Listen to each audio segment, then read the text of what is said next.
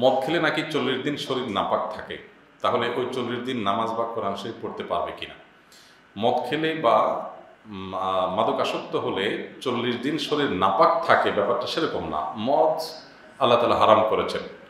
হারামের তালিকায় সবচেয়ে শীর্ষে যে বিষয়গুলো আছে, সুদ, মদ এগুলোর অন্যতম। তো এই মাদক যদি কেউ সেবন করে, এর ফলে যদি কেউ নেশাগ্রস্ত হয়, 40 দিন পর্যন্ত তার ইবাদতবন্দি কবুল হয় না, এরকম বর্ণনা আছে। তো এই যে ইবাদতবন্দি কবুল হয় না, দোয়া কবুল হয় না, এই কবুল না হওয়ার মানে হলো তিনি তার দায়িত্ব পালন করবেন, আল্লাহর কাছে সেটা অ্যাকসেপ্টেবল হবে না। এর মানে এই না যে সে নামাজ পড়বে না, সে তার দায়িত্ব ঠিকই পালন করতে হবে, তাকে ঠিকই নামাজ পড়ে যেতে হবে। কবুল করা না করা আল্লাহ জিম্মাদারি, এবং তওবা করতে হবে যাতে করে আল্লাহর কাছে এটা কবুলযোগ্য হয়।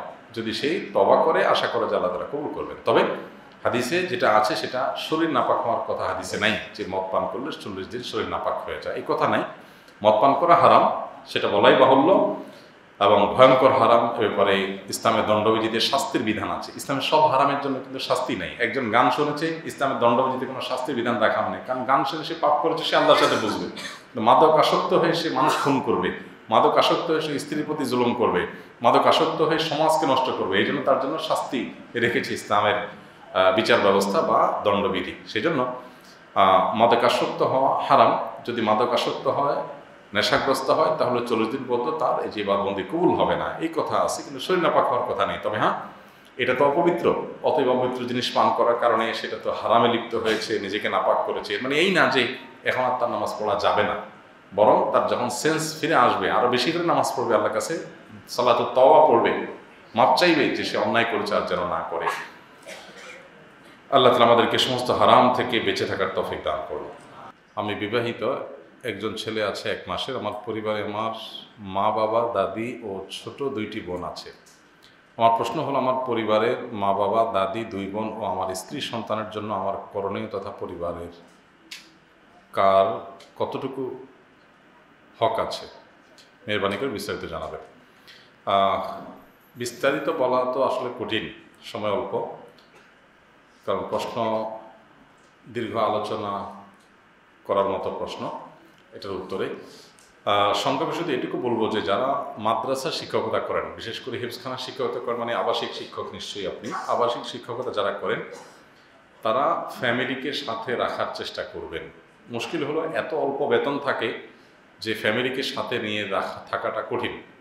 তো এই জন্য যারা মাদ্রাসা কর্তৃপক্ষ আছেন, মাদ্রাসা কমিটির লোকজন আছেন, প্রিন্সিপাল আছেন, তাদের দায়িত্ব হলো এ ধরনের যারা আছেন হেফজখানা শিক্ষক বা অন্যান্য গুরুত্বপূর্ণ আবাসিক দায়িত্ব পালন করেন, তাদের পরিবার সাথে থাকার ব্যবস্থা যেন হয়। যদি না থাকে, তাহলে দ্রুততম সময় পরিবারের কাছে নিয়মিত যাওয়ার সুযোগ থাকা উচিত। না হলে বহু অনাচারের পথ উন্মুক্ত হয়।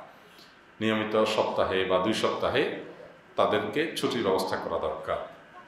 এক্ষেত্রে আপনার যদি আর্থিক সঙ্গতি থাকে আর বাবা মার যদি টানাটানি থাকে, তাদের যা আছে তা দিয়ে তাদের মাস চলে না, সংসার চলে না, এদিকে আল্লাহ আপনাকে যা দিয়েছেন তা আপনার স্ত্রীর মৌলিক ভরণ পোষণ দেওয়ার পর তাদেরকে দেওয়ার মতো সুযোগ থাকে, তাহলে আপনার উপরে স্ত্রীর ভরণ পোষণের পাশাপাশি বাবা মার ভরণ পোষণের জন্য অর্থ করে দেওয়া কর্তব্য।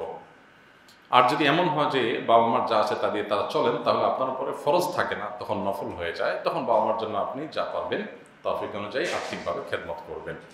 আর হেফজখানা থেকে যখন ছুটি পাবেন, মাদ্রাসা থেকে যখন ছুটি পাবেন, তখন কি বাবা মার সেবা করা, তাদের প্রতি সৌহার্দ্য, আপনার ভালোবাসা, এগুলো প্রদর্শন করবেন, এহসান করবেন।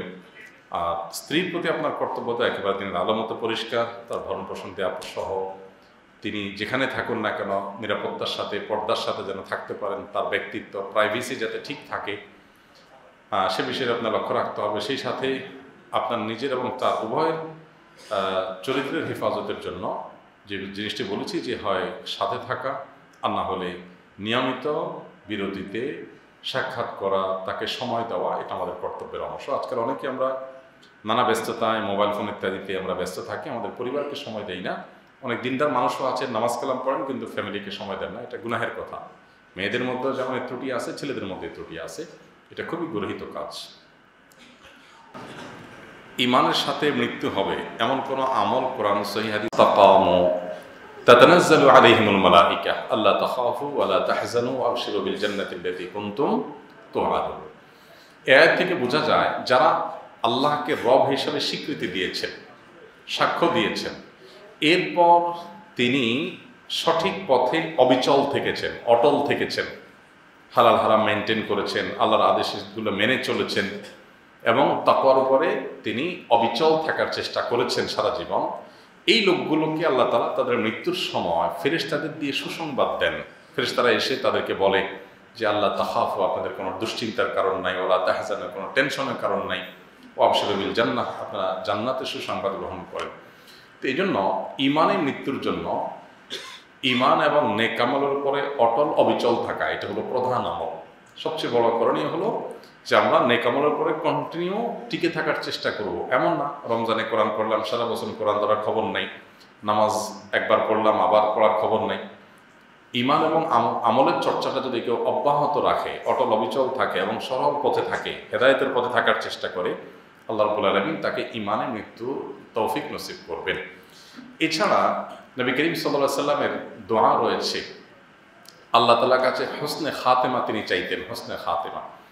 একটা হাদিসে নবী রাসূলুল্লাহ সাল্লাল্লাহু আলাইহি ওয়াসাল্লাম বলেছেন, ইন্নামাল আমালু বিল খাওয়াতিম, মানুষের শেষ যে অবস্থা এটার উপরে তার সমস্ত আমল নির্ভর করে। অর্থাৎ শেষটা যদি ভালো হয়, নেকামল হয়, তাহলে তার ওইটাই হলো আসল ভালো। তো এই জন্য নবী করিম সাল্লাল্লাহু আলাইহি ওয়াসাল্লাম আল্লাহর কাছে দোয়া করতেন, আল্লাহ যেন হোসনে খাতেমা দান করেন। আমরাও আল্লাহর কাছে দোয়া করব যে আল্লাহ আপনার কাছে আমরা হোসনে খাতেমা বা শেষ পরিণতি যেন ভালো ইমানের সাথে যেন যেতে পারি, সেটা আমরা আল্লাহর কাছে তামান্না করব। আরও দোয়া আছে কোরআনে, রব্বানা লা তুযিগ কুলুবানা বা'দা ইয হাদাইতানা ওয়া হাব লানা মিন লাদুনকা রাহমা ইন্নাকা আনতাল ওয়াহ্হাব। আল্লাহ একবার হেদায়েত দেওয়ার পরে আপনি হেদায়েত থেকে আর সরাই দিয়েন না, আল্লাহর কাছে সে দোয়া আমরা করব। আর অনেক আমল আছে যেগুলো ইমানের মৃত্যুতে সহায়ক হয়।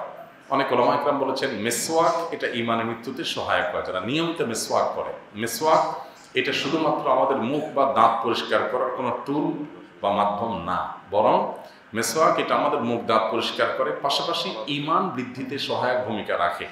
অনেক গবেষকগণ গবেষণা করেছে যে মানুষের দাঁতের সাথে মানুষের ব্রেইনের নার্ভের কানেকশন আছে, মানুষের চিন্তা, দর্শন, মানুষের বিশ্বাস, এগুলোর সাথে একটির সাথে আরেকটা সূক্ষ্ম সম্পর্ক আছে।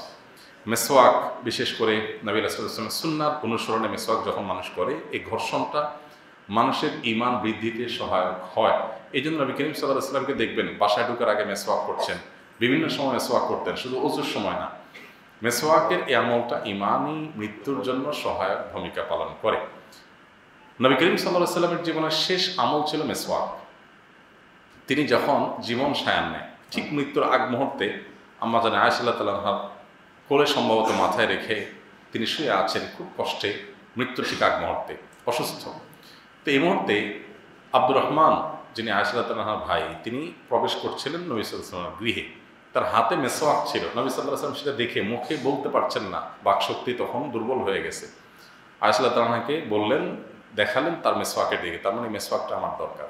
তখন আয়েশা রাদিয়াল্লাহু তাআলা নিজের ভাইয়ের কাছ থেকে মেসওয়াকটা চেয়ে নিয়ে নিজে দাঁত দিয়ে চিবিয়ে দিলেন, কারণ নবী সাল্লাল্লাহু আলাইহি ওয়াসাল্লাম তখন দাঁত দিয়ে চাবানোর মতো শক্তি তাঁর ছিল না।